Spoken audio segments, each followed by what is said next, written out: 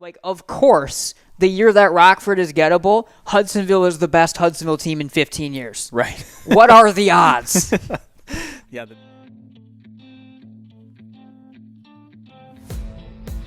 Ruff. He'll turn, give, Terry, busting into the open field. There he goes. Jaden Terry, Grandville with an answer and another Bulldog lead. Give to Skir's fake. Biss in the backfield, evading a man, throws out of a tackle, incomplete. Zeros across the scoreboard. Harper Woods have won the state championship, their first in school history, in unbelievable, thrilling fashion. Fake handoff, guy up the middle, big hole, bursting over the 40 to the 45-50, angling right at the 40, 35-30, racing to the 25, 20, outside the numbers, 10, 5, touchdown, Muskegon, Mackay guy, 80 yards to the house.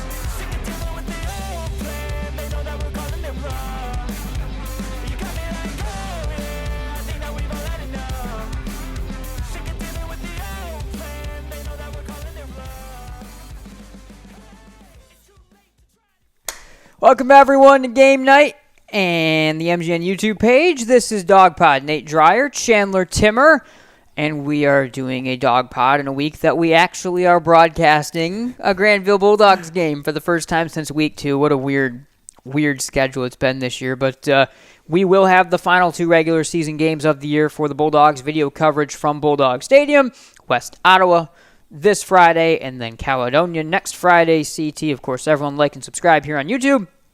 Follow along on social media at MI Game Night across all of those social media platforms. Thanks to the Center Agency and Centennial Securities for their support. As always, make sure you check out the MGN shop. The hat Chandler has on is available on the store. Otherwise, I don't think we've got exclusive stuff to us here right now on whatever that I don't think Teespring quite is able to handle this sort of order, but make sure you check that stuff out on the MGN shop. You can find it through MichiganGameNight.com. And CT obviously now Grandville coming in 3-4, tough loss. We'll have plenty of time to talk about Hudsonville in a second. We're going to talk to Gibby Connelly, Grandville's senior tight end, here in a minute as well. But coming now, final 2 weeks of the year, Grandville's in a position. They win one of the last 2. They're going to make the playoffs, but gaining some momentum now is going to be hypercritical. These final 2 weeks for this team, coming off this loss and trying to get back a little bit to where they were heading into last week. Yeah, for sure. I think just with the nature of what the schedule has been all season long, and it's been difficult from the start, and then now you add in Hudsonville being better than maybe what you anticipated at the start of the season. Tough loss there, but the good news for the Bulldogs, a couple weeks to try to turn things around. What they feel like are maybe some more winnable games, some teams that are towards the bottom of the OK Red. So if they can put 2 more together, make sure they're in the playoffs, and then you're likely seeing a rematch at some point. Yeah, no, that's definitely it. And actually, make sure you check out our Behind the Call podcast, our other one that comes out a little bit later on this Wednesday that this show is coming out, because we are going to go through snoozetoyou.com and his mapatology and look across the area at what things are looking like right now, including Grandville. Here's your spoiler. It really, almost regardless the way that things kind of fall, it's going to be Grandville week 1 is probably going to Rockford, and week 2 they're probably going to Hudsonville, unless maybe you flip that, or however it may wind up. It comes down to who the 3 and the 4 seed and how things fall. But regardless, it will be at Rockford at Hudsonville, or at Hudsonville at Rockford. So there are going to be some rematches in those first 2 rounds of the playoffs, and then it might be Davison in the next round. So everyone but Pick North is going to be they're going to get a chance for some revenge against it seems like right now. So I think with that, let's get right into it. Great interview with Gibby Connelly. We talk about the season, talk about what's coming up, and talk about also his commitment to Grand Valley State and him being a Laker and playing for the best team in all of Division II football. So let's send it over to Gibby Connelly now. All right, welcome back, everyone, to Game Night. And we now would like to welcome on Grandville's senior tight end, Gibby Connelly, as the Bulldogs prep for a big one this week against West Ottawa as they continue to look to march towards playoff berth this season. Gibby, welcome on the show, and how are you doing today? Doing great. How's everyone going? It's going great on our end. As I was just telling you off the air, so excited to be back on the call for a Grandville game this year, or this week, I should say. And now you guys come into this one, of course, coming off this Hudsonville loss, and we know how difficult the schedule is, and kind of up and down. The 3 losses, the 3 wins, and then this loss. A Hudsonville team that I think, to say safely, this is probably not going to be the last time that you guys see, your bordering rival this year. So, what do you think the team was able to learn, in that loss about where Hudsonville's at, where you guys are at, and kind of what level you're going to need to be able to play at? Yeah, I think we learned a lot up front, like schematically, on how Hudsonville's defense plays against us and how much more aggressive they played with us than we did. And I think we weren't really that well prepared and like expected the way that they were going to play. And yeah, we learned how they attacked us. So I think we can adjust to that and learn how to like maneuver around that in a way. Yeah, absolutely. I think it was something, watching from afar. Obviously, Hudsonville is looking like a team that's going to win this conference, and you guys are going to have a chance to take on them, take on, Rockford as well. You look at this season, and you look at what you guys have been able to achieve. But within that schedule, how difficult has it been, or what has the mindset been to be able to stay a little bit week to week and not focus on that record? Because, the record may even again right now show a team under 500, but we know that you guys as a team are so much better than that record. So kind of what has the mindset been to stay week to week? How difficult has it been to be able to stay week to week?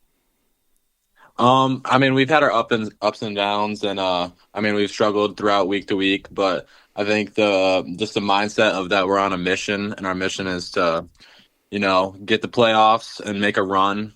And I think that just brings us all together as a team, brings us together as a family.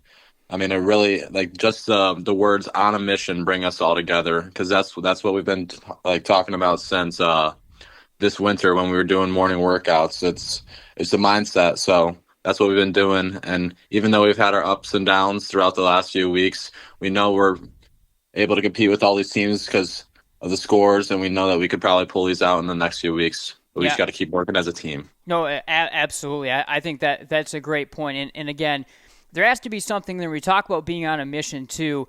The fact that you guys, look at the way the playoffs could align, and you guys are going to have a chance likely to be able to play everyone that you, for the except for Pickerington North, but you're going to be able to essentially likely play everyone that you have lost to, again.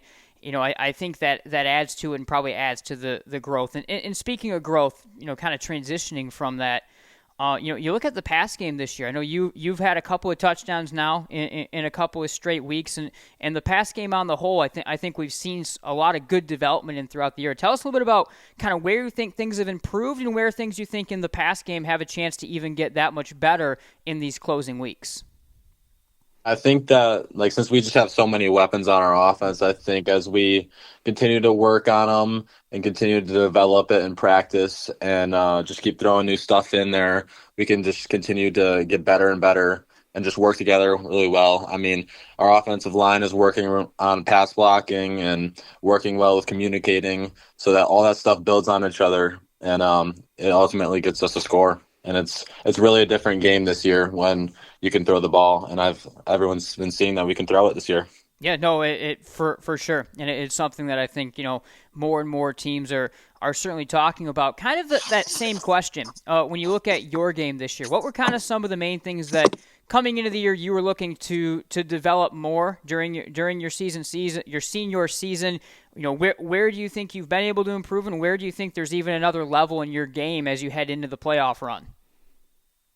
Well, from last year, areas I wanted to improve for sure was my pass game because I didn't get that many touches last year, and I knew that in the off season I wanted to develop my hands. So during this whole off season, I was working out a lot with catching balls, and ultimately that's got me to catch a lot more balls this year and being one of our top receivers. So it's helped me get some yards and ultimately helped us win a few games.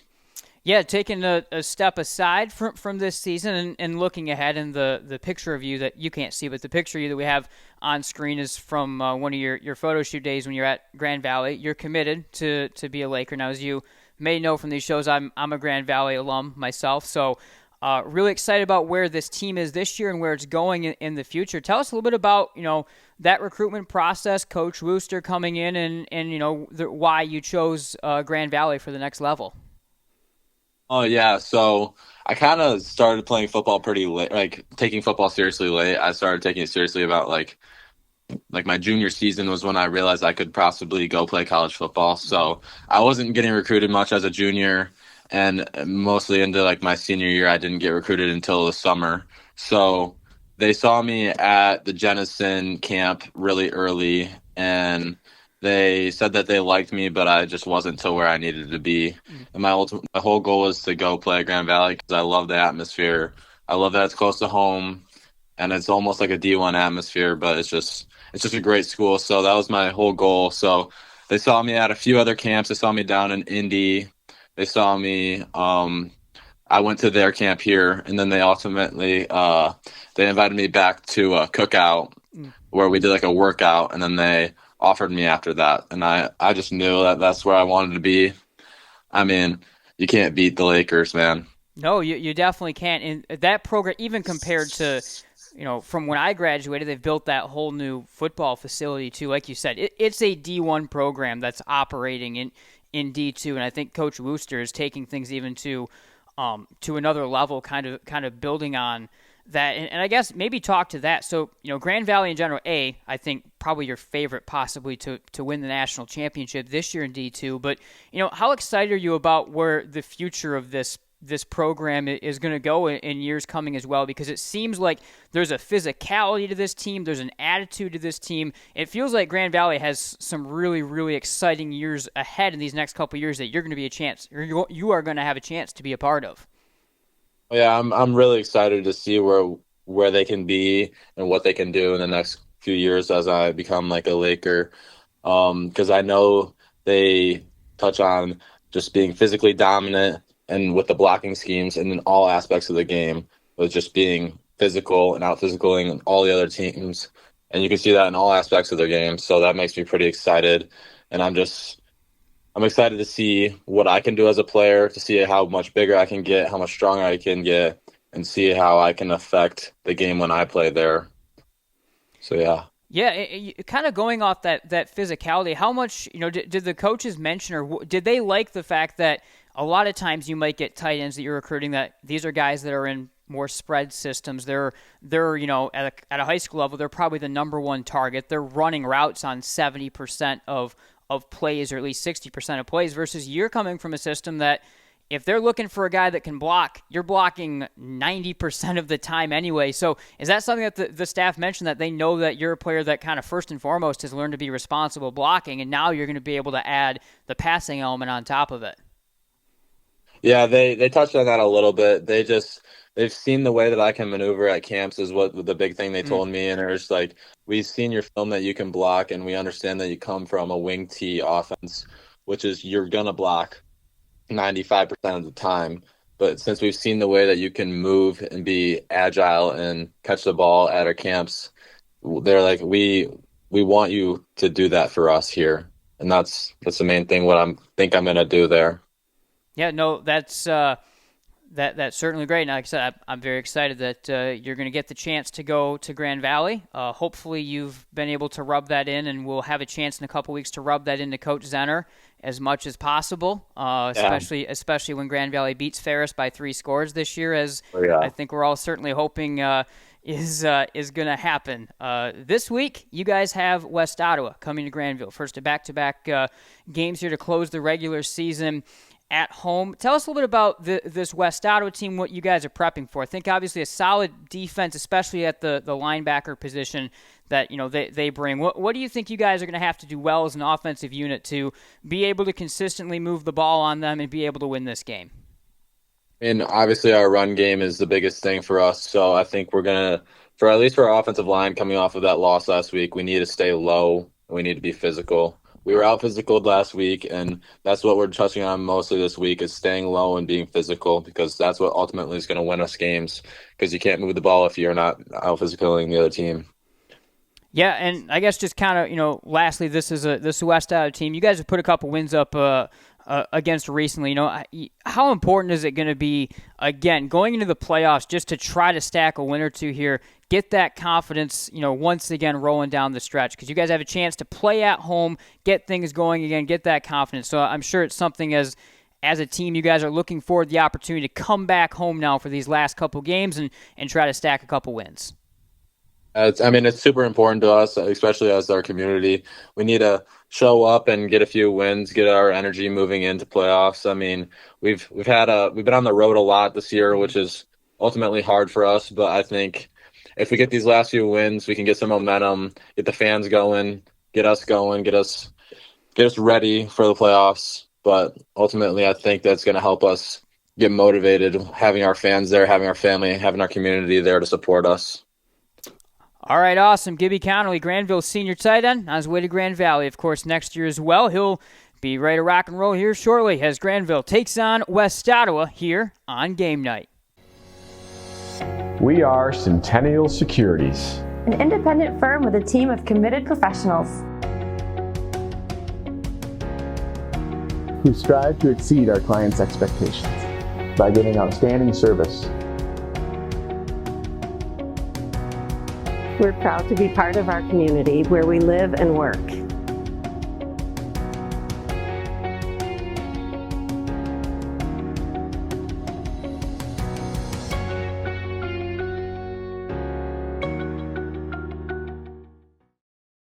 Gear up this season with the MGN Shop, featuring everything from t-shirts, sweatshirts, hats and outerwear, to water bottles, stickers, and other accessories that help show off your style and your support of Game Night, the Grandville Bulldogs, and more. To shop, click on the Shop Merch tab at the top of MichiganGameNight.com and browse nearly 50 items. And be sure to check in frequently as new items are added throughout the season. That's the MGN Shop through MichiganGameNight.com.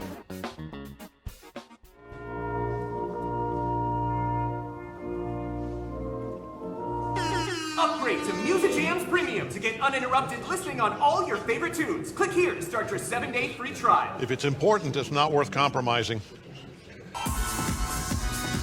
Which is why with Farmers, you don't have to compromise quality to get great savings on your insurance.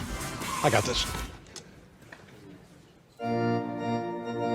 We are Farmers. Bum, bum, bum, bum, bum, bum. Game Night is presented in part by Farmers Insurance, Bennett Center Agency, for all auto, home, specialty, life, and commercial insurance. See what a Center can do for you. All right, welcome back. Thank you to Gibby Connelly, of course. Great job and good to catch up with him and what he's got going on heading into this one this week as Grandville takes on West Ottawa. Let's briefly just touch back on Grandville, Hudsonville, 35-16, and a pretty comprehensive win for Hudsonville. And quite frankly, outside of a couple Rockford games that got away from them a little bit in the second half, since we started covering this team in 17-18, that was probably one of the times that they got completely outside of when they played De La Salle or whatever too. One of the times that just the opponent kind of covered them really start to finish. Obviously, we weren't on the call, but we were tuning in as much as possible to obviously looked at things afterwards. So, it definitely is going to be one of those games. I think that it's going to be a little bit of a wipe it away, move on game, and we'll see you guys in 2 weeks. We'll break it down a little bit more, but I think most importantly, as Gibby said too, they learned some things on where they weren't ready, I think, to take on what this Hudsonville team is, which this Hudsonville team is. They are legit, completely legit. We now for sure know that. So I think that's the main thing is this is a wipe it away game, but make sure you learn the lessons from where they physically kind of had you in this game. Yeah, no, I think the biggest takeaway and the biggest thing we learned is exactly what you said, is that Hudsonville is for real. And, they had that win against Rockford. That was probably the first thing that kind of tips everyone off. But then East Lansing. They had a couple impressive wins, but you never know. And then you kind of see it against this Grandville team, and everything that you kind of thought they were, it turns out is true, and held true in this matchup. And so, Yeah, kind of from the start, you could tell they were just a little bit more physical, and they've been a team that, for as long as we've covered them, has always been a physical style team, and it's just a matter of if they have the amount of playmakers to kind of match up along with it, and then those guys that can really take them to the next level, and it kind of seems like they've got that combination this year, and it shows in the wins that they have, and this adds to it. Yeah, I mean, I think both the running backs, Harsma and Fox, had at least a touchdown. I think Fox had a couple. I think they utilized both quarterbacks in a couple different ways. That defense is just so good. That's the thing that stands out. The linebacking core especially is so good. I mean, this, and you look at them, they're lost. So they start the year with this loss, and we're kind of looking at it like, all right, we know Howell. How good is Howell? We know they're good, but well, it turns out they're the number one playoff points team in the state through 7 weeks, and I believe week 9 they're playing Belleville. I think I saw that. Oh, wow. So make a little note of that game to keep an eye on where things are at with that one. So I think that's really the main thing that we learned. And then, East Lansing and all the other teams, and, they controlled East Kentwood. They beat Rockford. They control Grandville. So I think Hudsonville is the story in this game to me more than Grandville is the story. And we released our Michigan Sports Radio Power Poll today, Tuesday, on the day we filmed this, yesterday when it came out. And that was kind of the main discussion point of our panel. Of how many? Our panel. There's a couple of us that. Okay. There's a poll that is made, and then it's sent to other people, and then we'll make changes off of that. But normally the poll gets made by an individual first that's doing the graphic design stuff for Michigan Sports Radio this year. I don't know if you can tell who's doing the graphic design stuff for Michigan Sports Radio this year based on how it looks. Actually, there's someone else helping me too. So I don't want to. Bryce is doing a great job as well doing stuff. So okay. Where was that? Oh, the power poll. So the thing is, like, when I'm doing it, when we are doing it, when the panel of experts is doing it, you have to look at, like, the top couple spots are like, all right, you've got unbeaten Mona Shores, unbeaten. We put Mona ahead of Unity still. I wanted to flip it, but I'm like, Mona Shores, they didn't lose, so they don't deserve to, like, but, like, honestly, they had the loss. Why shouldn't Hudsonville, if we're actually doing, like, who would beat, and it's not fair because it's D1 versus D2, right. D4, but, like, if we're looking at who is the best right now relative to their division, to their competition, Hudsonville's got to be the best team in West Michigan right now, just all things considered. They finally, after all these years of me picking them to win, they finally are what I have said Hudsonville is going to be all these years. Yeah, you're just a little early on it. That's right. Multiple times, but multiple 3-4 times. You saw it ahead of time. Should have stuck with it one more year, but yeah. I mean, I picked them the year that they had all the. I mean, I picked them through the year that they had all the spread guys. Remember the year that they wanted to throw it all around like crazy? And then I picked them the year. One of the years they were physical, and then I picked them as the dark horse this year. I should have just committed, but I was under the impression that this was Rockford's best offensive line they've ever had, and like all this other stuff. And it turns out, like, of course, the year that Rockford is gettable, Hudsonville is the best Hudsonville team in 15 years. Right. What are the odds?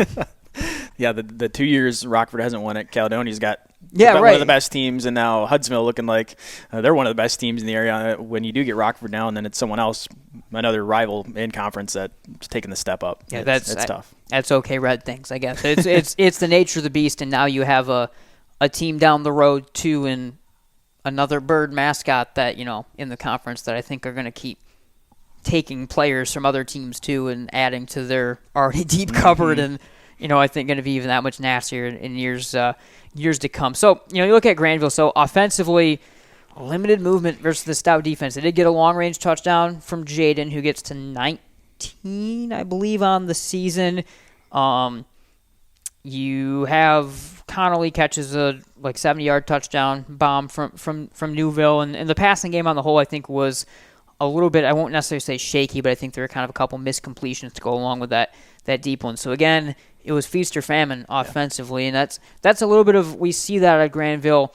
It isn't necessarily when they're breaking off these big scoring plays. Okay, that's great, but that's going to happen with with Terry and with the weapons that they have, like a Connelly.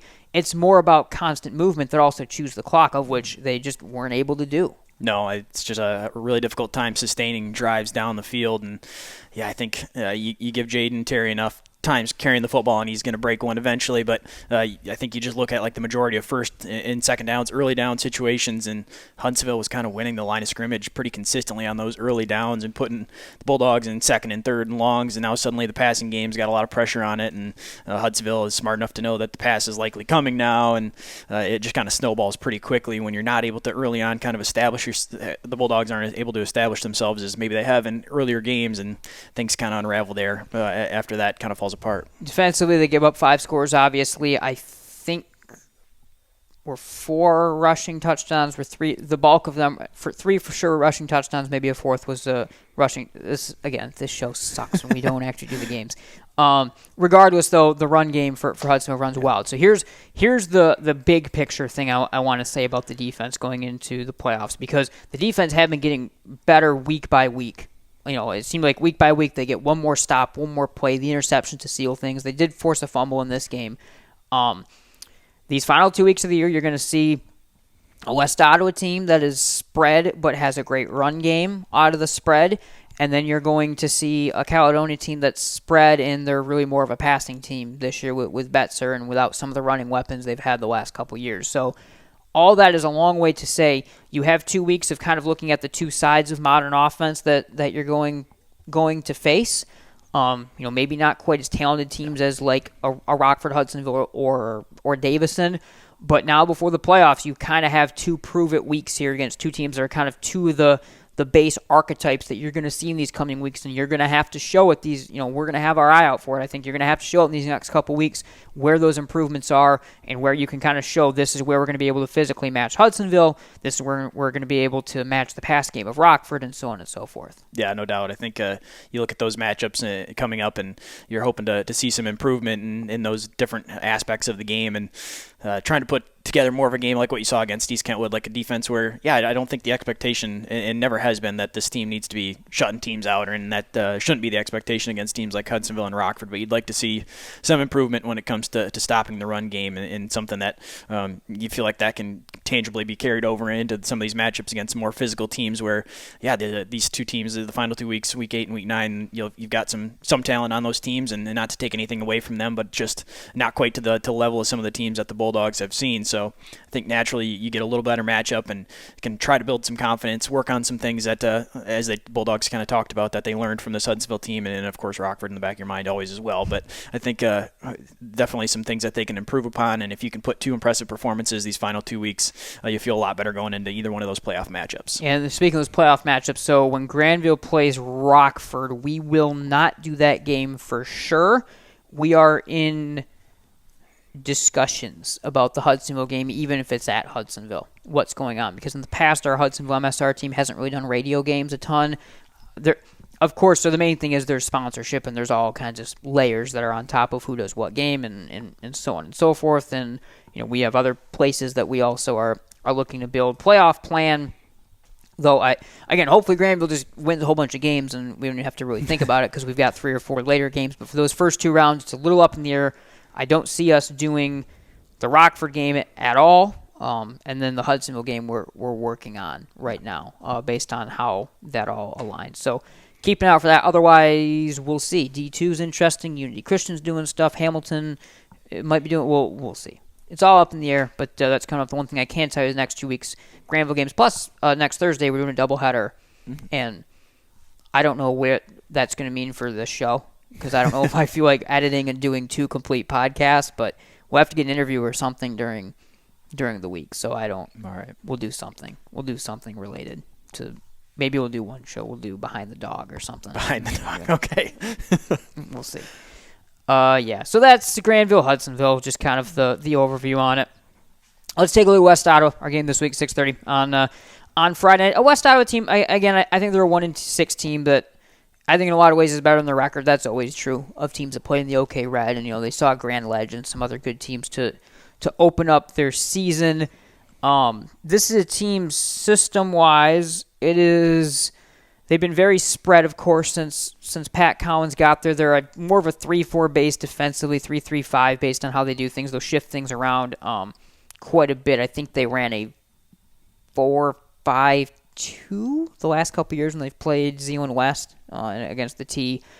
So they're willing to mix things up a little bit on that end. But on offense, the main thing is this is a base 4-wide spread, but they've added a speedy quarterback in Mekhi Campos, who we've seen on the basketball court the last couple of seasons, or last year at least, to go along with Caden Forbes, their terrific running back. We'll talk about that running back battle. But on the whole, this is a team that is looking to spread you out, to run the ball, maybe with some pistol option type looks even, but they're looking to spread you out to run the ball, to quick hitter RPO, pass the ball. So not necessarily a game that I think is going to test Grandville as much as other opponents in terms of stressing the safeties deep over the middle of the field, but I think a lot of good quick hitters and a lot of really strong run game, which we're going to talk more about in a second. But on the whole, Grandville's defense, again, kind of prepping more for the quick hitter, spread, run game, kind of more of what Rockford has been this year to some extent, or like what they saw to Davison. Yeah, I think a West Ottawa team that still has some guys that can really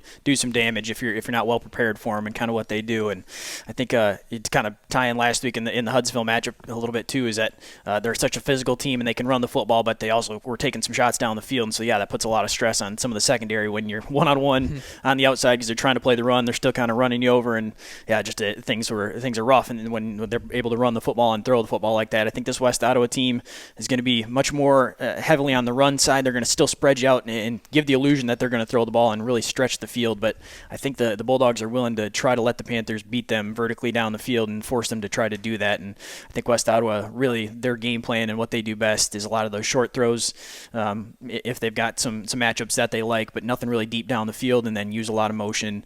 And, of course, their talented backfield, the quarterback and Forbes also there in the backfield, to run the football when the field is spread out. Yeah, you mentioned Forbes, so Caden Forbes, Jaden Terry. That's the matchup of this game. Two of I would probably say the two best running backs in West Michigan going head-to-head. Of course, very different systems that these guys are a part of, and they run differently. The thing is, they kind of almost run the opposite way of each other within kind of almost they run differently than how you expect each of the systems to. And people think of T running backs, of course you think of speed, a guy like Keaton Hendricks, but you a lot of times think of like Unity's trio, big, bulky, 200-pound guys that can grind you, they can find some speed, but they get yardage versus being bang quick straight. And Jaden's an everything back, of course, but especially known for his speed. Forbes, good speed, yes, but he's a bowling ball out of this kind of spread. So, this is a team that wants to spread you out. They want you in nickel, whatever, or maybe even dime type packages if they are, 4 wide.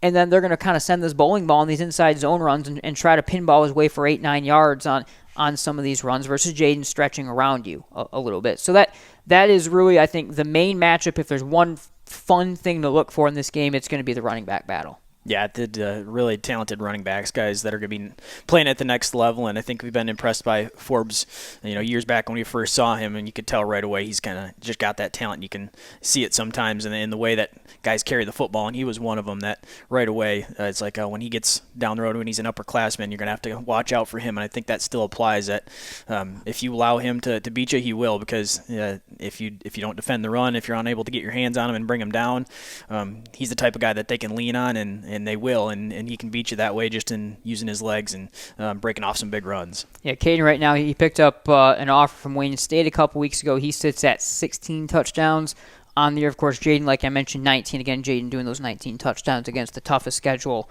arguably in the state as well, built into that, and with other good pieces around him, of course, on that offense as well. West Ottawa, like I said, the X factor to me with them this year is the addition of Mekhi Campos, which changes their game a little bit when you add a speedy quarterback to the mix. This is a team that's had more of a passing type threat quarterback and more of a traditional spread type element. Now you add a true, really quick guy. Runs more like a Muskegon type traditional quarterback in terms of kind of the quick chopping speed, able to run some option stuff off of it. That's where this attack is a little bit different than what some of the West Ottawa kind of spread attacks have been in the past few years.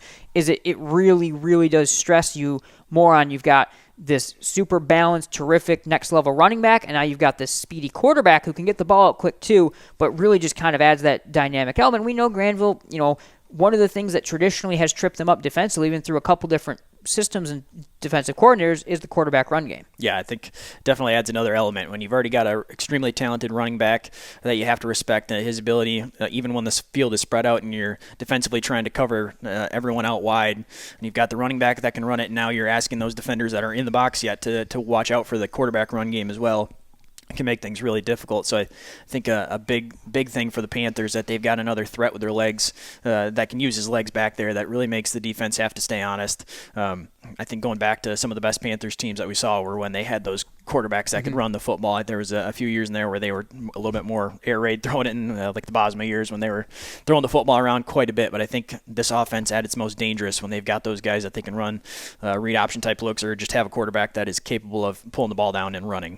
Their old coach has a quarterback that can do that at Northview. They just keep surprising me every single week right now. So Connor Knapp, probably their leading receiver. They've got 4 guys they spread around, but Knapp's kind of 6 foot, 200+ pound guy, so almost a tight end in size out wide. Very good in that kind of quick strike passing, even to have a big target. Defensively and offensively, Elijah Reynolds is the really, I think he's a kind of a D1 prospect linebacker. You got to plan around him. He'll play tight end too.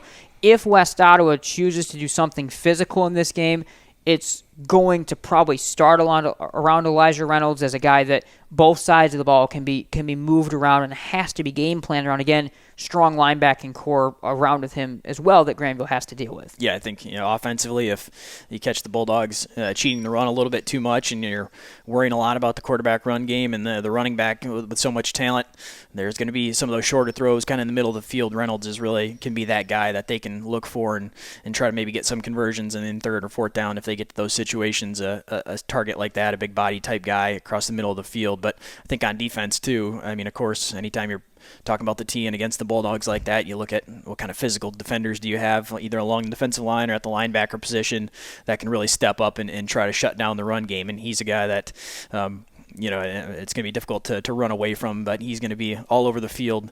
We'll see, what the rest of the defense can do around him, but definitely a guy at the middle in the defense that can really lead the way. Yeah, I mean, again, Reynolds, a guy who looks like he visited Illinois a couple weeks ago, so this is a true next-level prospect, D1 next-level prospect, and maybe even kind of power 4 type linebacker. So he is that good, and they move him all around. He'll be inside linebacker, outside linebacker. They're deep defensively, too. They rotate a lot of guys at different positions, so you're going to have to deal with that for sure. And that is it. That's Grandville. It's West Ottawa. Not much more to say.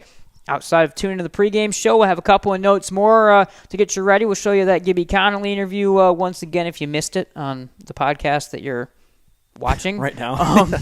If you missed it somehow, then we'll have that again. And all that, of course, starts at 6:30. We are live on MichiganSportsRadio.com.